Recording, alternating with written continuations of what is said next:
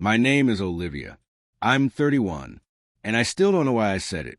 I keep trying to convince myself it was the wine, or the stress, or the fact that he forgot our plans again.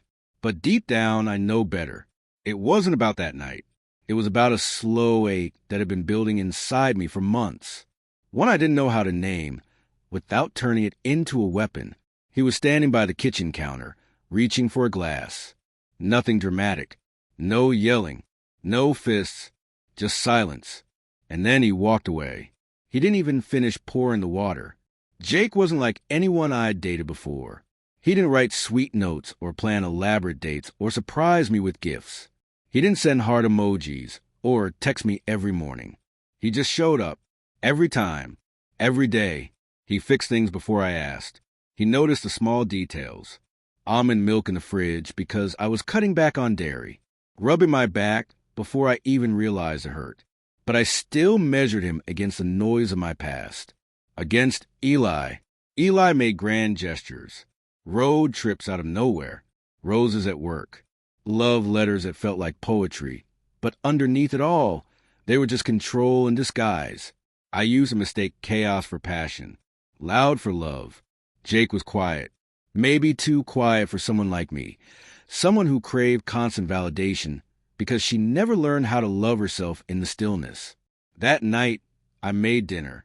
Just pasta and garlic bread. But I lit candles. Cleaned the apartment. Wore that black sweater. He once said made my eyes look darker. He walked in, tossed his bag on the couch, gave me a tired smile, loosened his tie, and said, "Smells amazing." But I wanted more. I wanted him to look at me, really look at me, and say something that made me feel seen, wanted, chosen. He didn't. He sat down and started eating like it was just another Tuesday. So I picked a fight. I don't remember what I said first. Something small, probably something about him forgetting to text during lunch.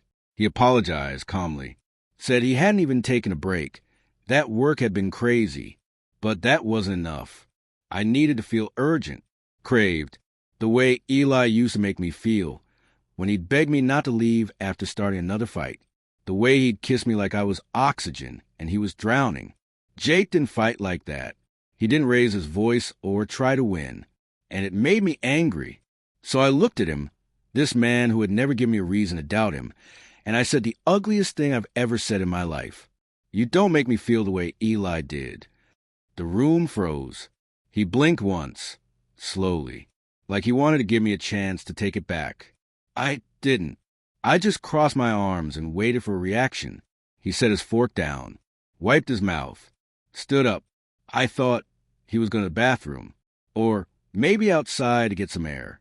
But when I finally walked into the bedroom, his duffel bag was gone. The drawer where he kept some clothes, half empty. His charger was missing. He didn't slam the door. He didn't leave a note. He just left.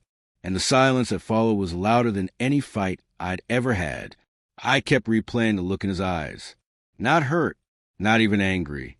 Just tired, disappointed. I didn't just hurt him. I undid him. All for a moment of self-pity.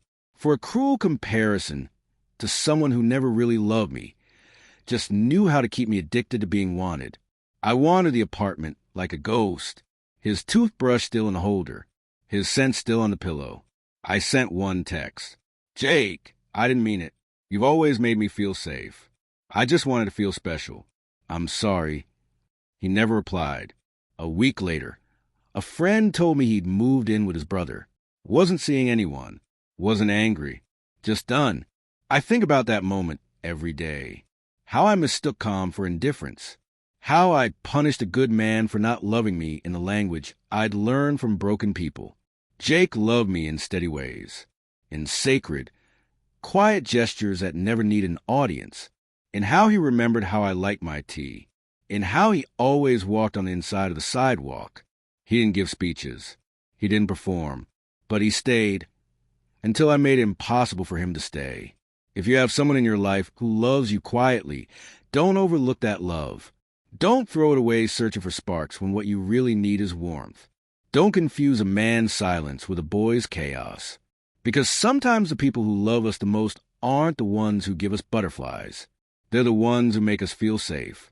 Jake did, and I let him go with one sentence. One selfish, cruel sentence I'll never be able to take back.